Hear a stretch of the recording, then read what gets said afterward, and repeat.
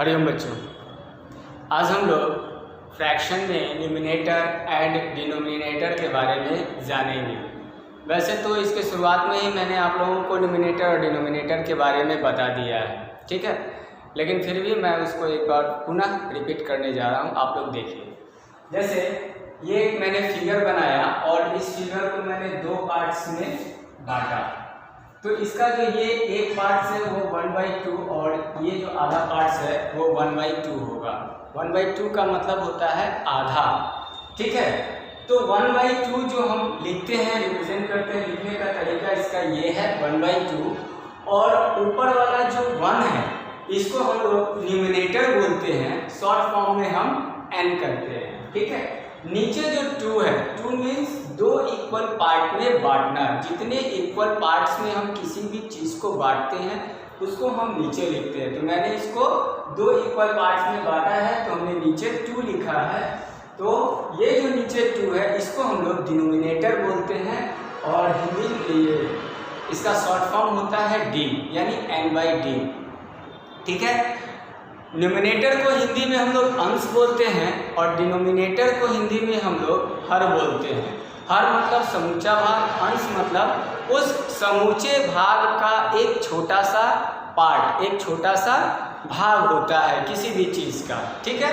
तो ये न्यूमिनेटर और डिनोमिनेटर आपको समझ में आ गया होगा। एक उदाहरण और देखिए कि जैसे हम लिखते हैं 3/7, हम 3/7 लिखते हैं, ठीक है। तो ऊपर में जो ये 3 है वो न्यूमिनेटर होता है और नीचे में जो ये 7 है वो क्या होता है, वो डिनोमिनेटर होता है, ठीक है। तो समझ में आ गया होगा न्यूमिनेटर और डिनोमिनेटर। अब आती है बारी कि हम इसको लिखेंगे कैसे।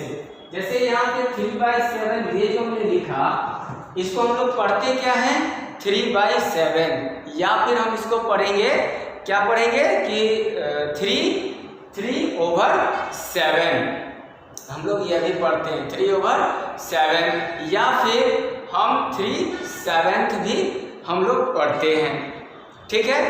तो उसको लिखने का भी तरीका होता है। ऊपर वाला भाग को हम लोग पहले लिखते हैं, चूंकि 3 है तो हम क्या लिखेंगे 3/7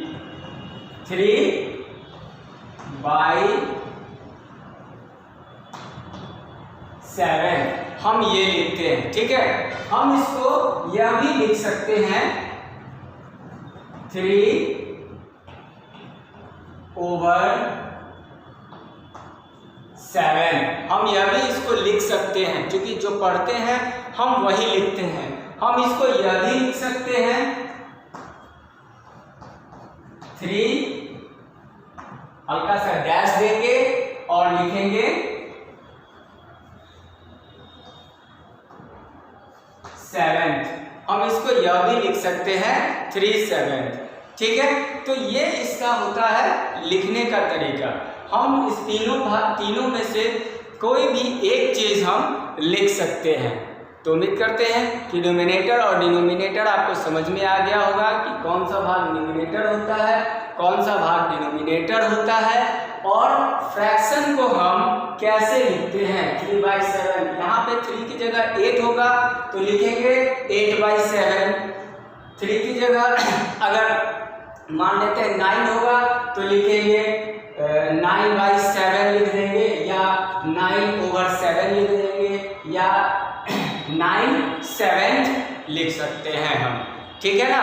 तो ये होता है लिखने का तरीका, ठीक है। अब इसमें क्या है कि मान लीजिए प्रश्न में यह दिया रहेगा कि न्यूमिनेटर इक्वल्स टू 7 और डिनोमिनेटर इक्वल्स टू 13। अब इसको कहेगा हमें फ्रैक्शन में लिखने के लिए। ये तो समझ गए कि न्यूमिनेटर फ्रैक्शन में लिखा रहेगा तो डिनोमिनेटर पूछेगा तो हम लिख सकते हैं, डिनोमिनेटर पूछेगा तो हम लिख सकते हैं, ठीक है। और लिखने का तरीका भी यही होता है।